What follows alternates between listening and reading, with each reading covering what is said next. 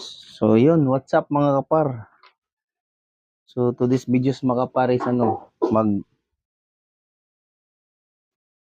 magmimigir test tayo ng 3-piece induction motor mga kapar, which is 10 HP ito mga kapar. So hindi po namin ito ni Rewind mga kapar, kundi reconditioning lang. So yun po. Kaya ngayon is magmimigir test tayo mga kapar para malaman natin is good or bad pa itong kanyang insulation test o insulation resistance. So ito po yung ating gamit mga kaparo, yung ating Megger. Which is yung maximum niya is 2000 mega ohms lang mga kapar. Tapos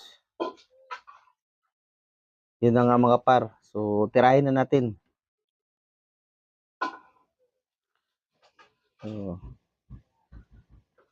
Ito po yung una mga kaparo.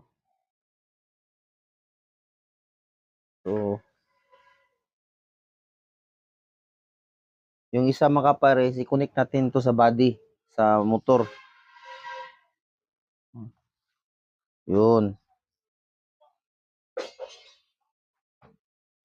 Tapos itong isa mga kapar is dito sa kaniyang terminal.